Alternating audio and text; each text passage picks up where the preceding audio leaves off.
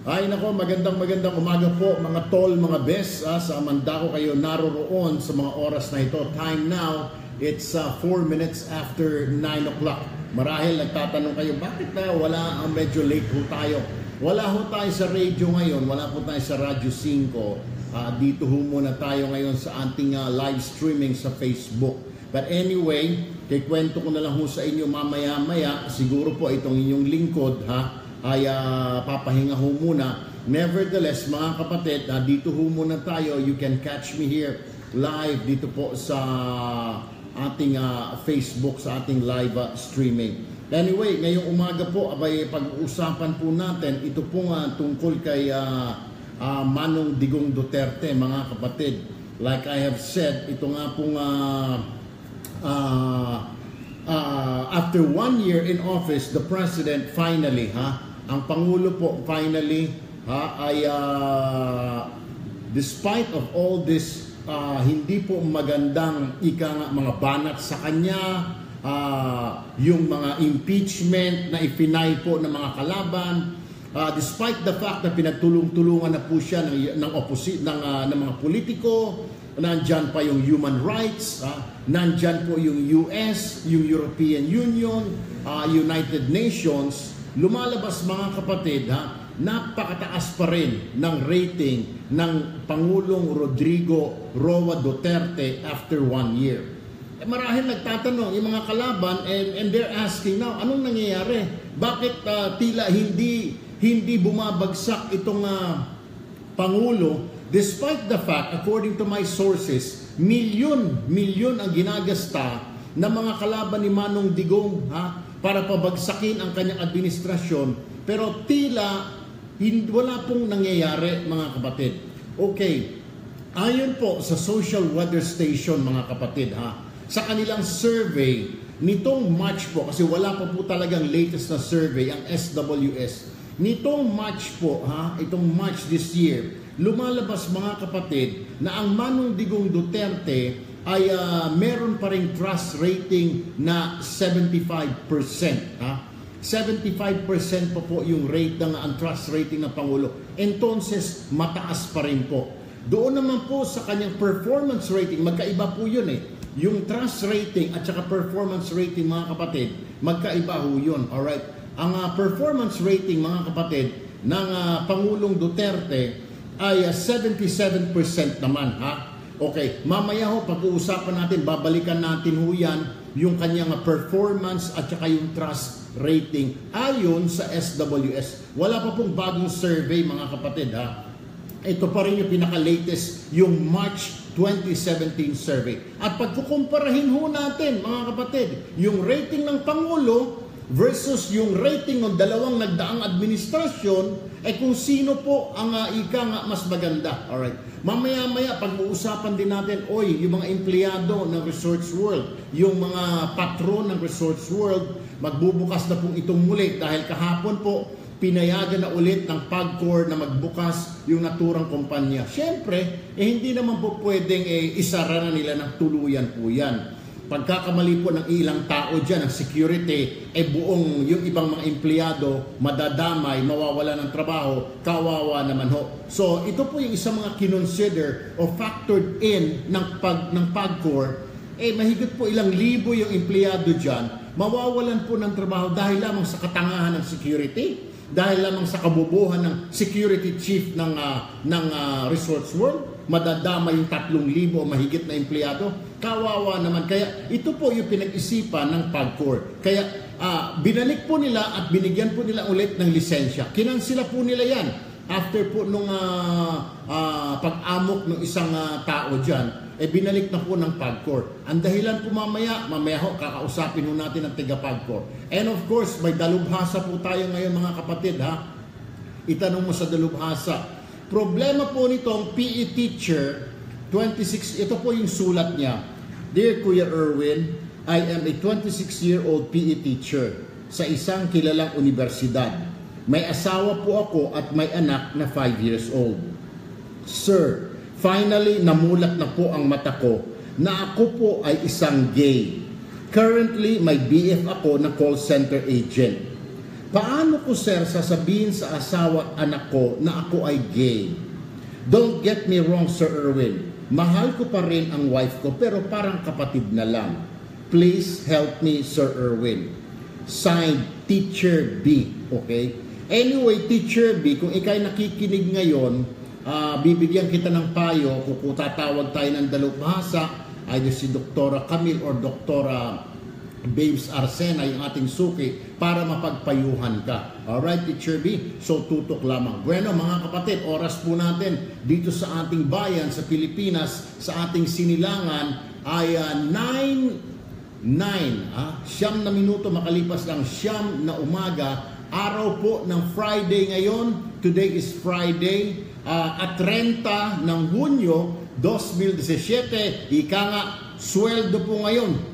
Sweldo, mga misis, mga ginang ng tahanan, tawagan si Mister, sweet, umuwi ka na.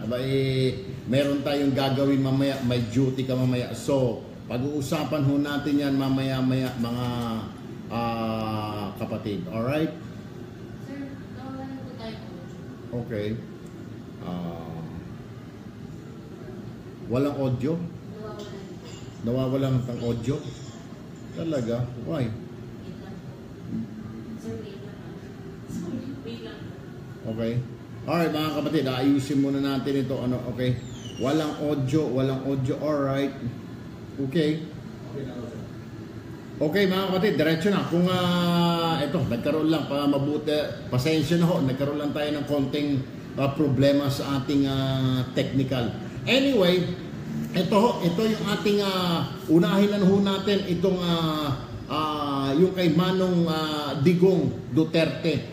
After 1 year in office, mga kapatid, after 1 year na binabatikos ang Pangulo, after 1 year na milyon-milyon ang ginasta ng mga kalaban, humingi pa sila ng ayuda sa UN, humingi pa ng ayuda ang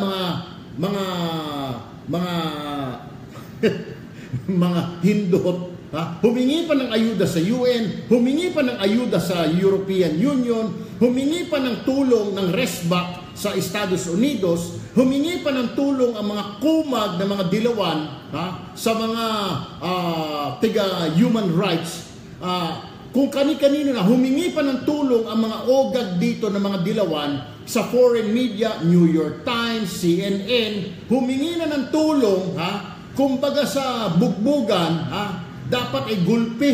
Nagulpi na po ang Pangulo, nabugbog na po ang gobyerno Duterte. Pero what happened, ladies and gentlemen, after 1 year, ang Pangulo, nandyan pa rin ho, at nandyan pa after 1 year, yung kanyang rating, mataas pa rin ho. Alright? Ito po yung sinasabi ng SWS.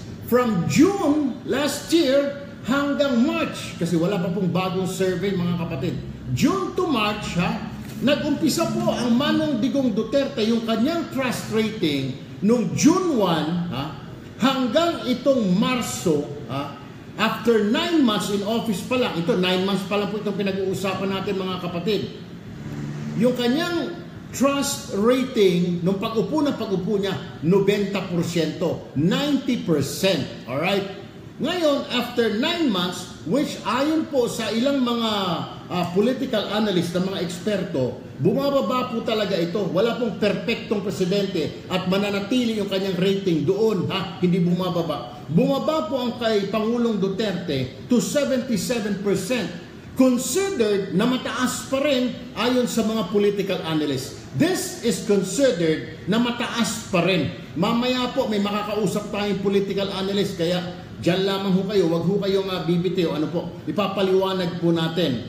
Ito po yung trust rating, yung tiwala ng taong bayan kay Manong Digong. Yung tiwala ninyo sa Pangulo, 77%. Kung ikukumpara po ito, mga kapatid, doon sa nagdaang administrasyon kay Noynoy Aquino, yung ipinagmamalaki ng mga dilawan, yung ipinagngangalandakan ng mga dilawan dyan, ng mga oligarchs, pinangangalandakan ng liberal, Senador Trillanes, sa pinangangalandakan mo, eto, ang kanyang trust rating nung pag-upo niya ay 85%. Okay?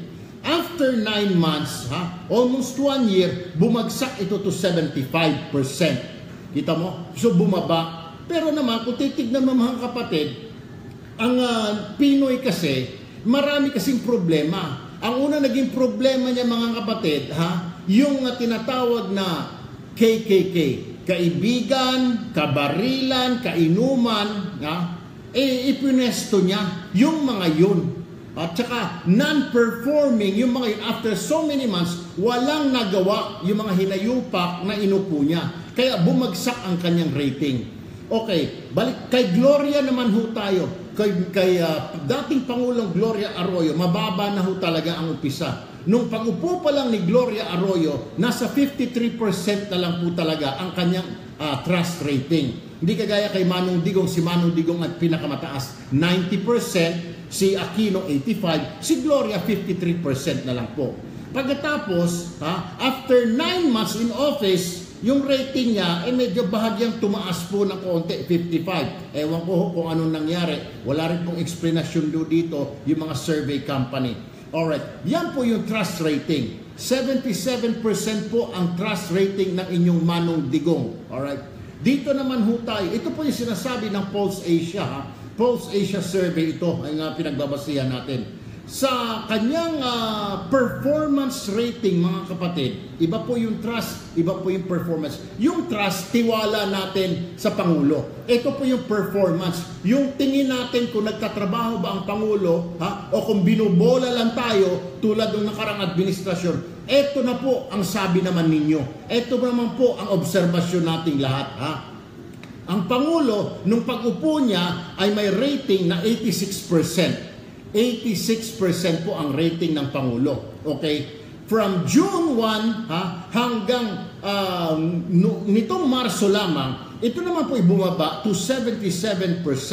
So ibig sabihin mga kapatid, 9 points ang ibinaba ng rating ng Pangulo performance after 9 months. Kung ikukumpara po ito kay Pinoy, si Pinoy ay meron pong performance rating from June 1 2010 hanggang March 2016, from 89% bumaba po ito ng 74.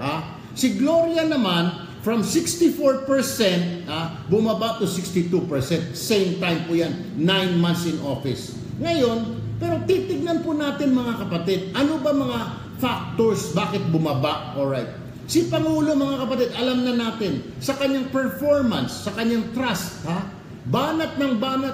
Diyos ko po naman siguro mga kapatid, kung milyon-milyon na ang gagastusin ng kalaban at kaliwat kanan ang kalaban mo, hindi mo na alam. May kalaban ka rito, may kalaban ka sa kaliwa, may kalaban ka sa kanan, may kalaban ka sa likod, may pumupukpuk pa sa ulo mo. Bilangin nyo, di ba? US, European Union, United Nations, foreign media, New York Times, CNN, okay? Ito pa, alright, nandyan pa yung mga politiko natin, nandyan pa yung mga oligarchs natin, nandyan pa yung CHR natin, nandyan pa yung mga dilawan. 8 ang kalaban ng Administrasyong Duterte, mga kapatid. Kung tutuusin, dapat lagapak na itong rating niya. Dapat nasa 0-0 na siguro ito o negative na. Pansinin mo ninyo, noong panahon ni Pinoy, ang bango-bango niya sa US, European Union, United Nations, CHR, walang kumakalaban sa kanya na mga dilawan, walang mga oligarchs dahil puro tao niya. Napakabango. Pero bakit bumababa? Kasi walang performance. Kasi yung tiwala ng taong bayan, yung kanyang pinaglalagay ng mga KKK, kalaban, kaibigan, kainuman, kabarilan, walang ginawa sa pwesto. Kaya bumaba yung kanyang trust rating. Ganon din po sa performance from 89 to 74. Bumaba yung performance rating ni Aquino. Walang bumabanat sa kanya mga kapatid. Nakikita lang kasi ng taong bayan, ordinaryong taong bayan, tayo yun. Tayo, pag tinatanong ng survey companies na ito, ng Pulse Asia, SWS, anong masasabi mo sa performance ni Pinoy? Sabi natin noon, from 89%, bumaba po to 74. Yun po yung rating. Itong kay Manong Digong, mga kapatid, ito kasi ay mga banat. Ito kasi ay pinondohan ng milyon-milyon, alright, ng mga kalaban. Naturalmente, Pag meron kang kampanya na ganito na milyon-milyon na ginagasta, pero dapat nga po mga kapatid, bagsak na ito rating ng Pangulo eh. Unfortunately, mabuti nga, hindi bumababa itong rating, ganun lang, bahagya-bahagya bumababa. Milyon-milyon po ang ginagasta ng mga kalaban ni Duterte, mga kapatid. Millions. Baka hundreds of thousands of dollars pa.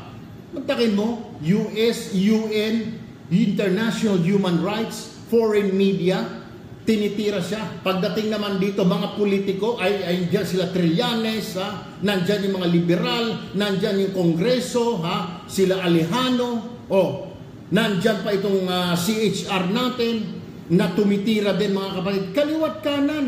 Kung tutuusin mo, bugbog. Siguro kung kay Pinoy nangyari ito, binabakbakan ng UN, binabakbakan ng US, ng European Union, mga politiko sa atin, media, baka 0-0 na ang rating ni Aquino. Ganun din siguro si Gloria. Si Gloria nag-negative dahil nabanatan. Pero later na po yun. Malapit na po siyang matapos sa kanyang termino nung mag-negative na si Gloria. Pero to si Duterte, mga kapatid, hindi talaga bumabagsak ang rating. Bakit? Ito po yung tanong ng karamihan. Bakit hindi bumabagsak, Erwin? Kasi nakikita po ng taong bayan ang survey companies, mga kapatid, pag nag-survey sila, pupunta po sila sa lansangan magtatanong, Sir, kami po ay sa SWS. Sir, kami po ay sa Pulse Asia. Ano po masasabi ninyo sa performance ni Manong Digong Duterte? O ano po masasabi? May tiwala ka ba kay Duterte? Kayo ho yan ang sumasagot. Kaya nga po, lumalabas dito, bumababang bahagya. Alright? Pero hindi po lumalagapak. Despite the fact na milyon ang ginagasta ng mga kumag, ng mga Judas, Hestas, Barabas na kalaban niya. Sino ba ito mga demonyo na ito? Ang mga kalaban niya ito. Ito lang naman mga kalaban, mga kapatid. Bigatin lang naman. Estados Unidos, European Union, United Nations, International Human Rights. Yan ang kalaban ni Manong Digong. Foreign media, New York Times, CNN. Yan mga kalaban. Pagdating dito, mabibigat din ang kalaban. Mga oligarchs, yung mga bilyonaryo, kalaban ni Manong Digong. Ito yung mga hinayupak ang nagpupondo rito sa Pilipinas. Ito yung mga nagbabayad sa dilawan. Nagbabayad sa mga dilawan na media dyan. Ito yung mga nagbabayad. Alright? Nandyan yung mga politiko sa Senado. Sila Trillanes, Orteveros, Pangilinan, Drilon. Sa Kongreso, nandyan sila Alejano, sila Lagman, Bagilat, etc.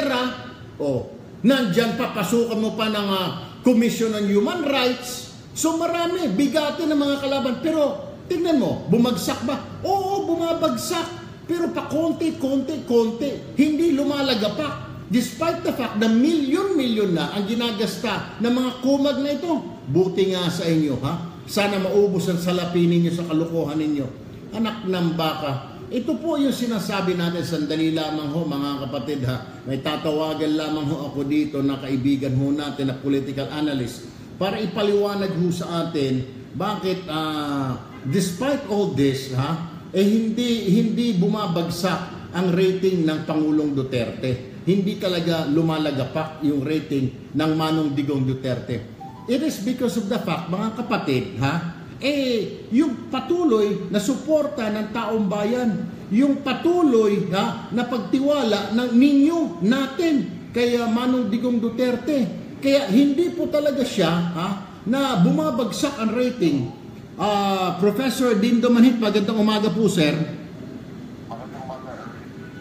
Yes, sir. Sir, alright, lumabas po sa ilang pahayagan ngayong umaga na si Pangulong Duterte, despite after 1 year in office, mataas pa rin yung kanyang rating, Prof.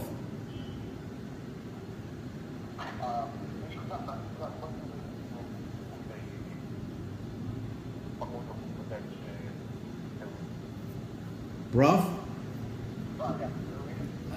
Prof, sandali po medyo mahina po yung tatawag ko ulit ako sa inyo. Sandali lang, Prof, sandali lang Alright mga kapatid, sandali lang, medyo mahina po yung reception. Tatawagan po natin si Professor Dindo Manhit ngayon na para ipaliwanag po sa atin bakit hindi tila tinatablan ang Pangulo nitong mga negative na mga report sa kanya, itong mga masamang ika nga na Professor Dindo Manhit, magandang umaga po, sir. Magandang umaga, Erwin. Alright. Mas maliwanag pa ang signal. Alright. Sir, 1 year in office, ayon sa SWS, mataas pa rin ang rating ni Pangulong Rodrigo Duterte despite all this tirada ng mga kalaban niya, tira sa kanya, European Union, US, International Human Rights, dito sa atin, CHR, na bumababa, sir, pero hindi lumalagapak. Ano po ang basa ninyo rito? Why? Yung survey, mga numero na nababanggit mo, naalala ko ito ay mga numero nung Marso, no? Opo. Dating first quarter survey na patuloy pa rin naman nasa upper 70s ang performance of trust rating ng ating Pangulo. At ang kapansin-pansin dito siguro dahil matibay pa rin ang suporta sa kanya ng publiko, Erwin, na tama ang kanyang ginagawa, tama ang landas na niyatahas ng ating gobyerno at ng pamahalaan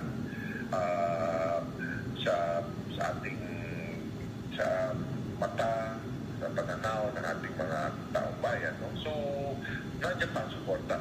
At dagdag natin dito, siyempre, yung tatawag na nating tinatanggap siya na siya ang pinuno ng ating bayan ng manararami. More than a simple majority, but at least 75 to 78% of our population. Of course, hindi mawawala ang batikos, kaya nga, scientists, we only follow science. Numero at datos. So, yung mga numero na nabanggit mo, yan ang talagang numero na nagdadahig sa pananaw ng taong bayan. At yan lang dapat ang sundan natin. Ang maganda ay may bagong survey na tinatakbo ngayon, lalabas maybe by the 3rd week of July, the latest.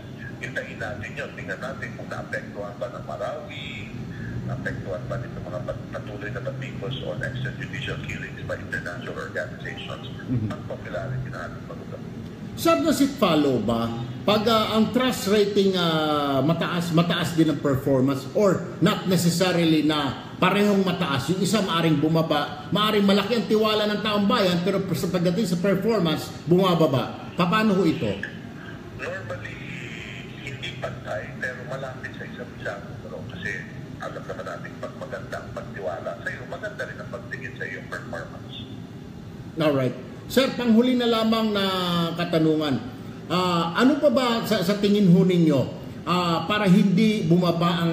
kasi patuloy po yung tiwala ng taong bayan. Kaya siguro kahit kayo, you go anywhere, naririnig mo pa rin, napakarami pa rin po mga Duterte supporter na nandoon pa rin yung tiwala, kumpiyansa. Ano ho kaya ito, sir? What do you see? Kasi ang tingin ko naman po, dito po, base sa mga messages po nila sa akin, kasi raw totoong tao. Kasi raw, hindi raw peke. Kasi raw, pakiramdam nila, yung Pangulo ay katulad nila. Simple, nakita nila nagkakamay, natutulog may kulambo, masa. So patuloy na sinusuportahan nila dahil presidente daw po ito ng mga mahihirap. What is your take on this? Yung public persona or public image ng ating Pangulong Duterte, of course, contributes to that. Nakararamdam ang ating mga mamamayan na nakikita na sa isang Pangulong Duterte, isang Pangulo. They can relate to it. Pinaglalaban ang nais nila. Ina-address yung mga feeling lang kakulungan sa gobyerno. So, ang challenge dito sa Pangulong Duterte, talagang may patupad yan ng mga nababanggit niya at may anatalaga ang buhay ng ating sambayanan. Because at the end of the day, 1 year pa lamang tayo, mga after while, nagsisingilin na siya on concrete change. But ngayon kasi para mga bagay-bagay na nasasabi niya. So dapat maramdaman natin infrastruktura, magandang delivery of healthcare and educational services. Dapat maramdaman ng tao yun. At lalakas ang popularidad ng ating President Duterte. Alright, Professor Dindo Manhit, sir, political analyst. Maraming salamat ulit. Magandang umaga. Have a nice weekend, Professor. Thank you, Erwin. Alright, si Professor Dindo Manhit po yan, mga kapatid. Ano po, ayan ho, tinawagan na natin mismo. Political analyst na po ang nagsabi, hindi po si Erwin Tulfo, kundi political analyst po ang nagsasabi, mga kapatid. yung kanyang obserbasyon dito po sa administrasyon. So, tama po ako, yung kanilang public persona, yung tingin po natin sa Pangulo. Ang tingin po natin sa Pangulo, kagaya natin mahirap, kagaya natin na ordinaryong tao, totoong tao, hindi pekendos, hindi galing sa mayaman, nagpapahirap-hirapan ng konti, or magnanakaw, hindi ho eh. Kaya patuloy po yung suporta ng taong bayan kay Manong Digong Duterte, mga kapatid. Alright? Kaya nga po, patuloy din, ika nga, yung pagtatrabaho. Kagabi, yung isang araw po, kausap ko ang Secretary Martin Andanar, at ang sinasabi ng Martin Andanar, huwag ka mag-alala, Erwin, pakisabi sa mga nanonood sa Facebook, ginagawa ng Duterte administration ang lahat ng kanyang magawa, para maibigay ang kanyang ipangako, maideliver yung mga gusto ng mga kababayan natin. Yun ang sinasabi ni Secretary Martin Andanar. Yung mga banat ng kalaban, this and that, ang sabi po ng Manong Digong Duterte, mga kapatid, ni Secretary Andanar, makikita po nila lahat yung mga biyahe, yung mga sumisita kay Manong Digong Duterte na biyahe ron ng biyahe, mararamdaman po ninyo yan. Give this administration few months at mararamdaman ninyo yung sinasabing fruit of his labor. Yung kanyang mga biyahe, yung kanyang mga pagod, mararamdaman natin daw within the next few months, dahil darating na po lahat itong mga investments na ipinangako ng Amerika, ipinangako ng Saudi, ipinangako ng Japan. Magsisidatingan ilang $35 billion po yan, which will create jobs, mga kapatid. So mararamdaman ho natin yan. Yan po ang sabi ni Secretary Martin Andanar ng PCOO. But for now, mga kapatid, for the meantime, patuloy po natin siguro suportahan ng Pangulo, habang wala pa namang ginagawang kalukuhan yung mama, patuloy na nagtatrabaho. Let us give our 100% to the President, mga kapatid. Saan man dako kayo naroroon, ano man ang inyong ginagawa, tulungan po natin in our own little way yung Pangulong Duterte through social media, ito po sa ating mga accounts natin. Let us share yung mga messages ni Duterte. Yung kung may tumitira man dyan, you have to stand up and say, no, that's not true. That's not true. Hindi totoo yan. That's fake news. Okay? Dahil marami po, mga kapatid, like I told you earlier, millions ang pera ng kalaban para bakbakan. Siguro kung alam niyo lang ilang PR group, public relations group, ang inarkila ng mga dilawan, ng mga milyonaryo para bakbakan ang Duterte sa mga dyaryo, sa mga radyo, TV, hindi ho natitinag dahil po sa walang sawang suporta ninyo sa Pangulo at suporta ho nating lahat, kaya nandyan hindi ho titinag ang Manong Digong Duterte. So patuloy ho ninyong suportahan ang Presidente sa kanyang mga proyekto, sa kanyang mga gawain, mga kapatid. Alright? Oras po natin, it's 9:33 in the morning. Friday po ngayon at 30, araw po ng sweldo. Huwag po kayong bibitiw, mga kapatid. Marami pa ho tayong pag-uusapan, marami pa ho tayong interview. Diyan lamang ho kayo. By break lang ho kami.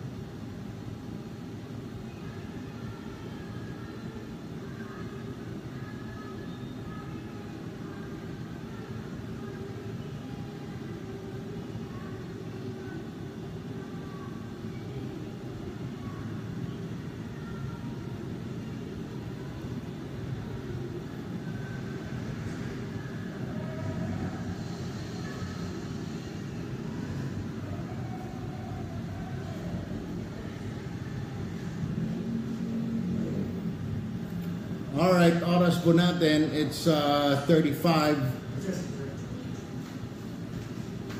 ilang commercial po yun, sir? Yung lahat ng member. Lahat ng It's okay, okay. I'm still doing live right now. I'm still doing live. I thought pinasok niya na. Opo, Sorry. sa kapasok na, sir. Nakalive na po. Nagko-commercial po tayo, sir, ngayon. Really? Ba't di ko makuha? Ba't di ko makuha rito? Nag-ano lang po kami, sir. Medyo delay. Ay, hindi sir. Nasa ano po pala kayo. Nandun sa row niyo po. Tapos, sir, Kaya- pabati daw po sila. Hindi, live ito eh. Yan po yung sa ano niyo sir. Nasa Sir, live. yan po yung sa inyo, di ba? Kaya Tapos nga. iba sa remote po. Hindi, ito yung kay Edson eh. Opo, Yan po yung gamit ko. papanodan niyo Yan po sir. yung... Pero ngayon, tumatakbo yung commercial. Oh, meron na po dito. Ayun po Ayan, sir. sir. Ito po kayo nood sir. Nandyan din po yung mga comments. Yan. Okay. So, mga ilan po? Lahat po, Okay, pasok tuloy na po yan, natin. Tapos break tayo ulit mamaya. Tapos, sir, magpapabati daw po sila ay po. Sige, approve. Sir. Sir, sorry, scratch lang. Happy, Sige, ano lang po sige. kasi sir. Sumusubaybay daw po yung mama po ni Kevin. Sure. O sabihin mo pagkatapos ito. Bakit ganun? Parang na-fix na ito. Hindi alam natin. Wait lang. Ako na po guys sir.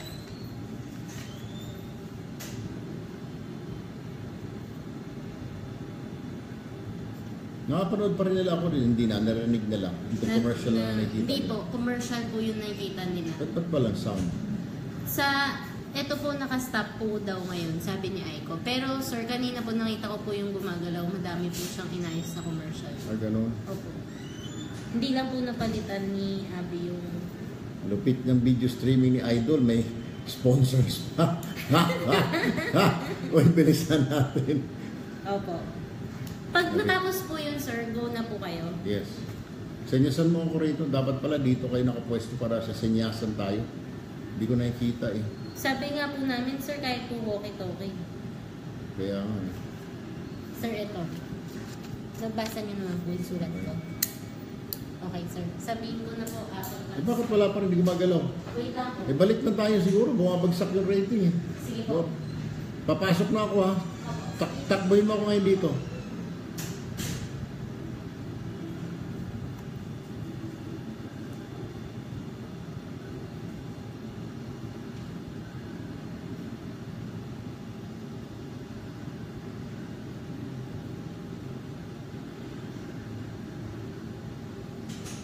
Sir, game. Alright mga kapatid, balik ho tayo sa ating ika nga Erwin Tulfo Live. Pag dito po tayo sa Facebook, ang title po nitong palabas natin ay Erwin Tulfo Live. Ano po? Live na live po tayo. Oras po natin mga kapatid, for your convenience, yung mga nanonood ho sa atin, ay alas 9:36 na po ng umaga. And it is a Friday today, bukas po is weekend. Mga kapatid, tawagan na po natin. Ito po nga yung sinasabi natin. Kasi marami nagtatanong, bakit binigyan ulit ng permit yung Resorts World na yan? Maraming namatay. Hindi pa tapos ang investigasyon, etc. etc. Mga kapatid, hindi po ako spokesperson ng Resorts World. Wala akong pakialam sa Resorts World. Ang pakialam ko po yon, meron din po tayong mga kababayan doon, mga kapatid, na nagtatrabaho. Mahigit po 3,000 silang empleyado, yung mga sa casino, mga waiter, mga waitress, mga janitor, mga kapatid, kailangan magtrabaho din. May mga pamilya din ho yung mga yon. Kasalanan ba ng mga yon? Siguro sisihin yung chief security. Siguro sibakin lahat ng security. Pero po yung casino dealer, yung mga manager, mga cook, mga waiter doon, kailangan ba maparusahan sila? Kasi may mga nagsasabi pa sa akin, bakit Sir Erwin, tirahin mo nga, bakit binigyan ni Chairman Domingo ng lisensya muli yung Resorts World na yan? Mga kapatid, isa-alang-alang naman ho natin, may mga trabahante ho doon, may mga kababayan din ho tayo na kailangan po nila ng trabaho, may papakainin din pong mga anak, may papaaralin din mga anak tulad po natin, tulad ko, tulad ninyo. Kaya hindi po dapat natin sila sisihin at pagalitan at sabihin bakit binigyan ng PAGCOR ng muli ng permit ito po nga Resorts World. Hindi po kasalanan. Kung may kasalanan po isang grupo dyan sa Resorts World, yun lamang po dapat ang pagalitan. Hindi po yung buong institusyon o yung buong korporasyon. Kasi po may mga trabahante po doon. Alright, hindi po natin makontak ito, pero ito po yung ipinadala po sa atin ng PAGCOR, yung kanila pong mensahe. Alright, ito po yung sinasabi. Teka muna, baka matawagan natin si Chairman Andrea Domingo at sagutin ho tayo. Siya na po mismo magpaliwanag. Ano ba? Kasi marami ngayon kumukwestiyon. Bakit daw pinayagan ang Resorts World muli na makapagbukas, makapag-negosyo muli? Natural, may mga empleyado. Tira tayo ng tira, isaalang-alang din natin na meron tayong mga empleyado doon, na mga ordinaryong mamamayan, na may mga pamilya, may mga asawa, may mga anak din, may pinapaaral din naman. Sus Mormio naman, ito mga kababayan natin. Ito ang mahirap po sa mga kababayan natin, mga kapatid. Daldal ng daldal, akala mo si correct. Wala namang naitutulong. Ito po yung mga sinasabi natin na wala ka namang naitutulong sa ating bayan, pero tira ka ng tira. Tawagan na natin, subukan natin si Chairman Andrea Domingo. Ano po? Naku, cannot be reached po si Chairman Domingo. Yung kanyang tagapagsalita na lamang ho, tatawagan natin si Carmelita Valdez. Ano po mga kapatid? Kausapin ho natin. Dahil meron ho silang reason, meron ho silang sinasabi na dahilan kung bakit pinayagan nilang buksan muli yung Resorts World bagamat hindi pa tapos ang investigasyon. Pero initially po, ito na po yung mga lumabas sa pahayagan na sinasabi ng PAGCOR. Ito po yung kanilang ipinadala sa iba't ibang, ito po yung kanilang press statement sa iba't ibang media outlet. Ito po yung sinabi, after careful scrutiny and deliberations, the Philippine Amusement and Gaming Corporation has lifted the suspension order against Travelers International Hotel Group Incorporated o TI. Ito na. Alright, magandang umaga, Miss Carmelita Valdez. Ikaw na naman. Ay, Carmelita, live na tayo, ma'am, ngayon. Live po tayo ngayon.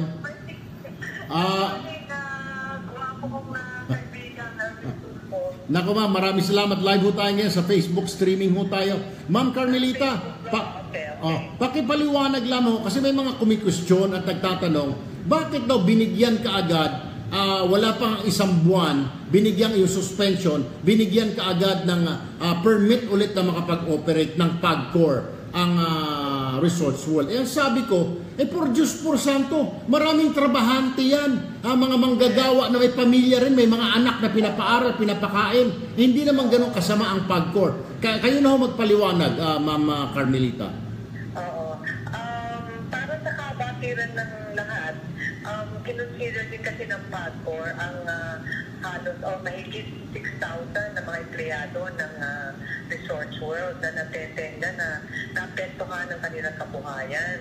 At bukod doon, nasunod na rin ng Resorts World itong mga requirements or mga dapat nila i-comply na requirements na binigay sa kanila ng PAGCOR.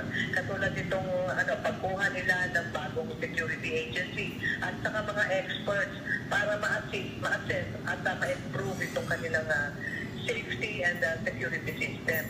At nagdagdag na rin sila ng kanilang mga x-ray machines at ng mga metal detectors at dinagdagan na rin at binigyan na ng armas itong kanilang mga security guard. So maraming mga requirements ang kanilang na-comply na bukod pa dito sa pagkakuha nila ng kanilang fire safety inspection certificate na Erwin. Ma'am, panghuling katanungan na lamang. So, yung mga deficiencies nila, lalo na yung lapses sa security, naayos na po ito. Bago po ninyo binalik yung kanilang lisensya, sinilip na po, in-inspection na po ito ng PAGCOR team. Oo, naayos na lahat yan.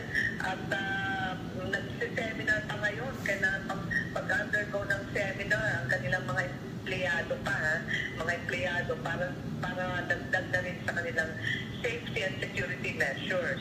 At pati yung mga structural integrity ng kanilang gusali ay tinitig ng mabuti ngayon ng kanilang bagong professional structural engineers. Alright. Miss Carmelita Valdez, spokesperson ng PAGCOR. Ma'am, maraming salamat po ha. Muli, magandang umaga. Tatawagan ko po kayo. After po. Thank you po. Thank you. Thank you po. Si Miss Carmelita Valdez po yan. Siya po yung spokesperson ng PAGCOR, mga kapatid. Ano po, yun po yung paliwanag niya. Naturalmente, yung mga nang-iintriga dyan, yung mga walang magawa sa buhay na mga ogag, mga buhong, ha, itigil, ha, itikom ang bibig kung hindi lang kayo makatulong. Isaalang-alang din isipin, ha, isipin. May mga empleyado doon, o 6,000 nga eh, ha, 6,000. It's not just Andrew Tan yung may-ari, ha. Meron po siyang empleyado na 6,000, mga kapatid, na nagtatrabaho sa ilalim ng kasino na yan. May pamilya rin po ito. May mga pinapakain, may mga pinaaral na mga estudyante ito, mga ito. So, let us be considerate. Naintindihan ko po eh. Hindi yung galit tayo ng galit, bakit binigyan ng PAGCOR ulit ng lisensya, bakit ganito, hindi pa tapos ang investigasyon. Hindi po yun eh. Yung isinasalang-alang ng PAGCOR, may mga empleyado po yung naturang ahensya, yung negosyo na ito, na may mga pamilya, may mga asawa na kailangan magpakain din. O yan ho yung isaalang-alang natin, yung tira tayo ng tira, daldal tayo ng daldal, para tayong sikorek. Minsan ho, isipin natin, Diyos ko po naman, oo.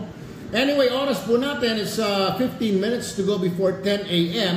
Ito, kayo po patuloy na nanonood dito sa live streaming po natin. At ang pamagat po ng programa na ito, Erwin Tulfo Live. Ano po? Erwin Tulfo Live. Yan ho tayo. Okay, dire-diretso na po tayo mga kapatid. Ano po? Mukhang ang iba sa inyo, baka nagmamadali at marami pong gagawin. Ito na lang po ha. Ito po bigyan daan natin itong public service portion ng programang ito. Ito po yung mga kababayan natin na sumusulat. May mga suliranin ho sila na gusto nilang humingi ng tulong. Particular na po sa pag-ibig ha, at iba pa po. Hindi lang naman pag-ibig ho ito. Mga konsultasyon at kinukonsulta ho natin sa mga dalubhasa. Ito po. Ngayong araw po, ngayong umaga, ito po problema ni Teacher B. Si Teacher B po ay isang gay, pero meron po siyang asawa at may mga anak, or may anak. Ito po ang kanyang sulat, ano po mga kapatid. Alright, sandali lamang, habang tawagan po natin itong eksperto, si Ma'am Camille Garcia, okay, yung ating pong suki, para mabigyan po tayo, mapaliwanagan po tayo, makatulong siya dito kay Teacher B. Tawagan natin ito si Ma'am Camille Garcia para mabigyan tayo ng payo. Matulungan pala, mabigyan ng payo. Ito pong si Teacher B. Aba, nagre-ring pa pala. Okay. Ito, nagre-ring pa. Ibang klase yung ring ni Doktor eh. Parang may mga nagkikwento-kwentuhan, nag-uusap-usap. Oo. Alright mga kapatid, sandali lang ha. Nagre-ring na ho itong telepono ni Dr. Camille Garcia. Anyway, mga kapatid, ang sinasabi lamang po niya ay ito. Dear Kuya Erwin, ako po ay... alright. Tawagan ko siya, ha? Anyway, Dear Kuya Erwin, I'm 26 years old, PE teacher sa isang kilalang universidad. May asawa po ako at may anak na 5 years old. Sir, finally, namulat na po ang mata ko na ako po ay isang gay. Currently, may boyfriend ako na call center agent. Paano ko sasabihin sa asawa ko at anak ko na ako ay gay? Don't get me wrong, sir. Mahal ko pa rin ang wife ko, pero parang kapatid na lang. Aray ko. Please help me, Sir Erwin, Teacher B. Bueno, Teacher B, kung ikay nakikinig ngayon, sandali lang, Teacher B, tatawagan natin itong eksperto natin.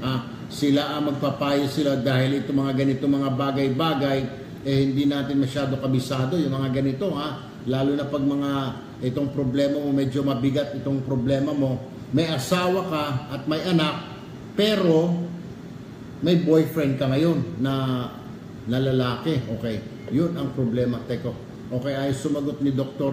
Camille. Dito tayo kay Dr. Babes Arsena naman. Para matulungan tayo. Good morning, parang Dindo Flora, Jem Abansenya, good morning. Siron Aaron, good morning sa inyo. Good morning. Okay, wala pong sandali lamang ho mga kapatid. Magandang umaga po sa inyong lahat. Alright, okay. Mamaya-maya siguro balikan ho natin itong mga eksperto natin. Pero kung ako sa iyo, Teacher B, you know what? I think you really have to open up to your wife muna, not to your child who is 5 years old. Hindi mo binanggit ko lalaki, babae. Siguro it's high time, ha? To be fair, you have to tell your wife na maybe take her outside, dinner, you and your wife, and start telling her siguro. Just all you have to tell her is like, sweetheart, oh honey, may pagtatapat ako sa'yo. Sigurado sabihin, nabababae ka ba? Hindi nanlalalaki ako. Totoo ho yun, ha? Tatanungin ka naman, ano yung pagtatapat, nabababae ka? Sabihin mo, hindi ako nabababae, pero nanlalalaki ako, may lalaki ako. Yun ang problema doon, yun ang mabigat. But anyway, my point here is, Teacher B, all you have to, just tell your wife, just be honest, okay? We can do this. You tell him, we can do this the easy way or the hard way. Ang easy way is, let me go, okay? Now, na ako ay isang gay, okay? Kung ako'y matanggap mo na ako'y gay, but I love someone already. Diretsahin mo na, Teacher B. Unfair naman sa misis mo, ano mo? Tinatago-tago mo, ikaw pala, may kalukadidong. Hindi kalukadidang kalukadidong, boyfriend. Alright? Sabihin mo na sa kanya habang maaga na ako ay may boyfriend. Alright, sweetheart, honey. So, patawarin mo ako. Ito ay nagawa ko sa'yo. Ito ay, ako ay isang gay. Alright? Yun na lang, diretso mo, I'm sorry, I'm not interested anymore. Mahal kita, but as a sister, hindi as a wife, okay? Kasi finally I found myself, nakita ko, naramdaman ko na iba pala ang gusto ko, boy ang gusto ko. Alright? Wala tayong magagawa, Kaji, yun talaga, kailangan diretsahin niya na. Ina, balisa, ano ba paano sabihin? Siyempre, kahit ikaw siguro ina, sabihin ng mister mo, may pagtatapat ako sa'yo. Ang una kagad reaction, di ba? Ang unang reaction agad ng mga girls, nabababae ka ba? Ha? Siyempre, alam mo ba sabihin niya? Hindi. Sasabihin niya, siyempre, nanlalalaki ako. Iyon naman talaga yun di ba? Hindi siya nambababae, pero nanlalalaki siya. May boyfriend siya, di ba?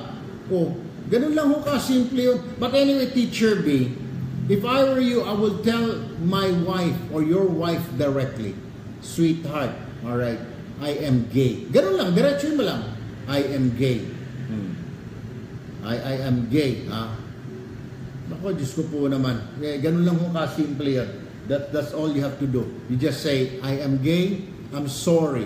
Kailangan niya marinig na, I'm sorry, I am gay. Hindi kanya pwedeng patayin, yun talagang pakiramdam mo ayun ang nararamdaman mo deep down in your heart, gusto mo boy, same sex.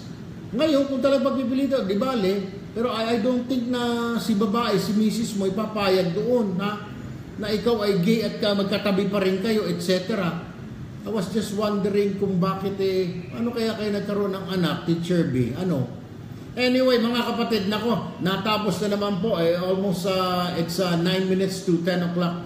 Tomorrow po, mga kapatid, tomorrow is Saturday and Sunday. Wala po tayong live dito sa Facebook. But on Monday, we will have live again dito po sa ating Facebook page na Erwin Tulfo. At ang title po ng ating live show dito ay Erwin Tulfo Live. Alright. Nabanggit ko po kanina mga kapatid na medyo hindi nyo na po muna ako makikita sa Radyo 5 at TV5. At tayo ho'y magpapahinga na ho muna. Alright? Marami ho tayong inaasikaso. Medyo yung schedule ko po nagko-conflict na sa opisina. And of course, meron din po kasi kaming issue ng TV5 ng Radyo 5. We have issues na sa aming dalawa na lang po ng management at saka ako na kailangan po naming resolbahin ng TV5. Ako po ay nagpapasalamat. I would like to take this opportunity to thank our boss, si Manny V. Pangilinan. Sir, maraming salamat po for giving me the opportunity to serve your company as an anchor for 7 years, as a newscaster, as a host for a radio program. Maraming salamat po, Boss MVP. I am eternally indebted for giving me a break, for giving me the opportunity, at for giving me and my brothers a program, yung T3, na well loved by a lot of people. But anyway, maraming salamat po.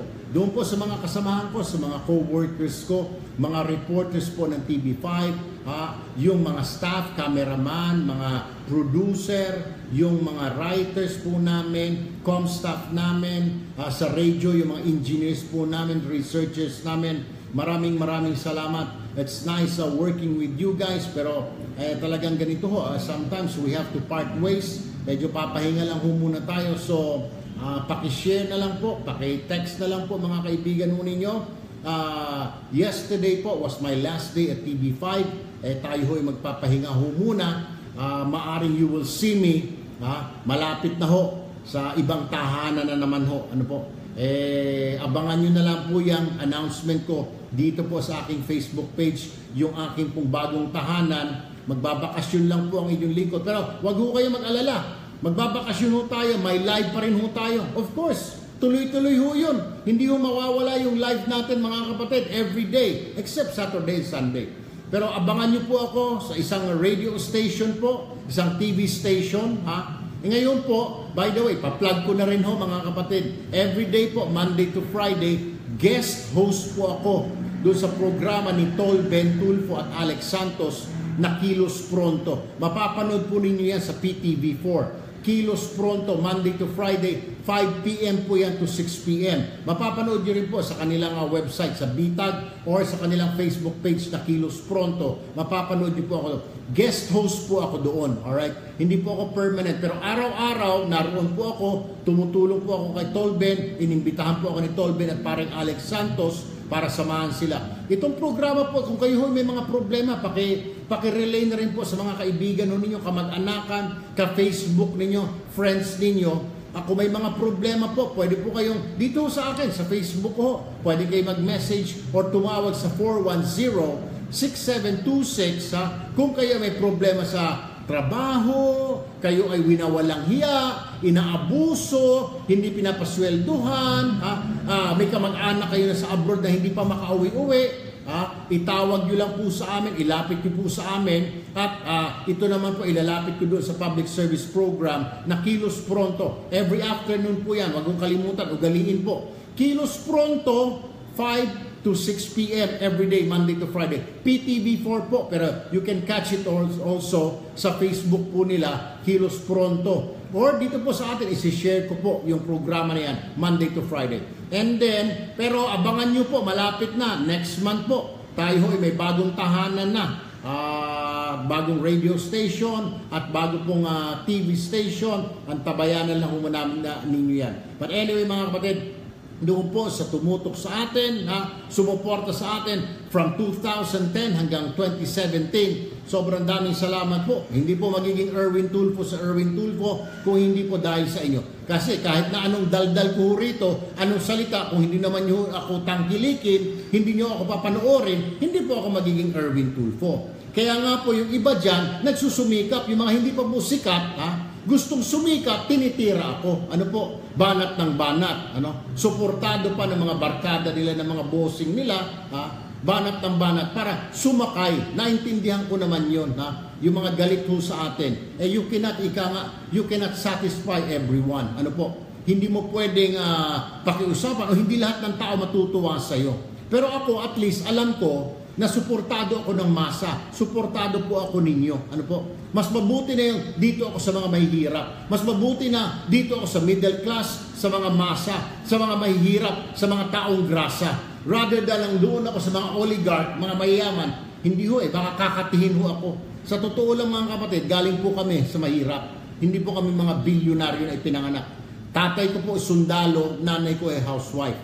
Alright? Kaya hindi po kami mahirap. Pero kung kami ho'y nagpapasalamat sa patuloy po ninyong suporta, kahit saan po kaming istasyon, sinusundan nyo kami. Kaya muli po, ako ho'y nakikiusap at nananawagan, sundan nyo po ako sa bagong kong tahanan, i-anunsyo ko po the next week. Wala na po tayo sa TV5 ano po, at saka sa Radyo 5. Pero soon po, makikita nyo ako sa bagong tahanan ko po, ano mga kapatid. But for the meantime, dito po tayo sa Facebook dahil magbabakasyon po tayo. And for the meantime, pwede nyo pa rin ako mapanood sa hapon, 5 to 6 p.m. Kilos Pronto sa PTV4. Kasama ko si Ben Tulfo, ang aking kuya, at saka si Alex Santos. Public service po ito.